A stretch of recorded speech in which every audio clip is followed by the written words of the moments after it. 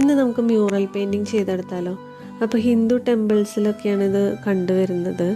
കൂടുതലും വാൾ പെയിൻറ്റിങ് ആയിട്ടാണ് കണ്ടുവരുന്നത്. അതുകൊണ്ട് തന്നെ അത് നാച്ചുറൽ കളേഴ്സാണ് കൂടുതൽ യൂസ് ചെയ്തിട്ടുള്ളത്. അപ്പോൾ ഫാബ്രിക്കിൽ മ്യൂറൽ പെയിൻറ്റ് ചെയ്യുമ്പോൾ നമുക്ക് ഫാബ്രിക് കളേഴ്സ് തന്നെ യൂസ് ചെയ്തിട്ട് ചെയ്യേണ്ടി വരും. ട്രഡീഷണൽ കേരള മ്യൂറൽ പെയിൻറ്റിങ്ങിൽ പഞ്ചവർണ്ണ കളേഴ്സാണ് യൂസ് ചെയ്യുന്നത്. അത് occur yellow, red, green, black, പിന്നെ വൈറ്റ്, ഈ 5 കളേഴ്സാണ് യൂസ് ചെയ്യുന്നത്. അതുകൂടാതെ ബ്ലൂവും യൂസ് ചെയ്ത് കണ്ടിട്ടുണ്ട്.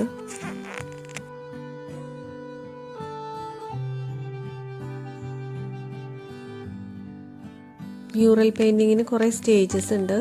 ഫസ്റ്റ് സ്റ്റേജ് എന്ന് പറയുന്നത് നമ്മളൊരു ഒരു ഡിസൈൻ വരച്ചെടുക്കുന്നു. അതിനുശേഷം ആ ഡിസൈനിൻ്റെ ഔട്ട്ലൈൻ നമ്മൾ വരച്ചെടുക്കുന്നു. അതിനായിട്ട് ഇന്ത്യൻ റെഡ് അല്ലെങ്കിൽ സ്കാർലറ്റ് റെഡ്, ഈ 2 റെഡാണ് യൂസ് ചെയ്യുന്നത്. ഇതിലേത് വേണമെങ്കിലും യൂസ് ചെയ്യാം. അതിനുശേഷം നമ്മൾ ഫില്ല് ചെയ്ത് കൊടുക്കുകയാണ് ഒരു കളറ്.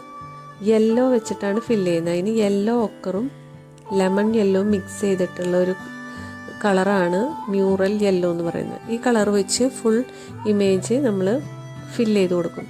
അതിൽ ബ്ലൂവും വൈറ്റും വരുന്ന ഏരിയാസ് മാത്രം ഈ യെല്ലോ ഷെയ്ഡ് ചെയ്യില്ല, അത് പ്ലെയിനായിട്ട് വിടും.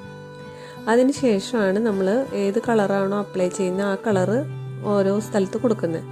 ഇപ്പോൾ റെഡ് ആണെങ്കിൽ നമ്മൾ സ്കാർലറ്റ് റെഡ് അല്ലെങ്കിൽ ഇന്ത്യൻ റെഡ് വെച്ച് ഫില്ല് ചെയ്ത് കൊടുക്കും ഈ യെല്ലോൻ്റെ മുകളിൽ. പിന്നെ ഇപ്പോൾ ഗ്രീൻ ആണെങ്കിൽ ഈ യെല്ലോൻ്റെ മുകളിൽ ഗ്രീൻ വെച്ച് ഫില്ല് ചെയ്ത് കൊടുക്കും. ഫില്ല് ചെയ്ത് കൊടുക്കാന്ന് വെച്ചാൽ ഔട്ട്ലൈൻ മാത്രമേ വരയ്ക്കുള്ളൂ. പിന്നെ ഉള്ളിലേക്ക് നമ്മൾ ബ്ലെൻഡ് ചെയ്ത് കൊടുക്കുക ചെയ്യുക, അല്ലാതെ ഫുള്ളായിട്ട് ഫില്ല് ചെയ്ത് കൊടുക്കില്ല.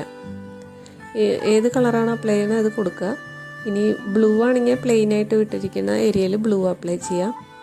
വൈറ്റ് ആണെങ്കിൽ വൈറ്റ് അപ്ലൈ ചെയ്യാം.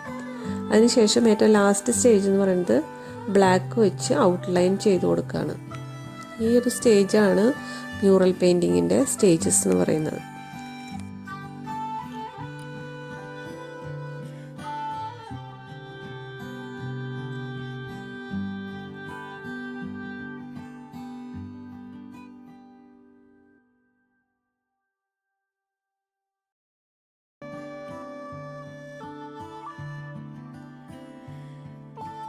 ഇപ്പോൾ ഓണമൊക്കെ അല്ലേ വരുന്നത്. അപ്പോൾ എല്ലാവർക്കും സൽവാറിലോ അല്ലെങ്കിൽ സാരിയിലോ ഒക്കെ വളരെ സിമ്പിളായിട്ട് നമുക്ക് ചെയ്തെടുക്കാൻ പറ്റുന്ന ഒരു പെയിൻറ്റിങ് ആണ് മ്യൂറൽ പെയിൻറ്റിങ്. പിന്നെ ഇതിൻ്റെ ഡീറ്റെയിൽ ആയിട്ട് വീഡിയോ വേണമെങ്കിൽ ഞാൻ പിന്നീട് ചെയ്ത് എടുക്കാം.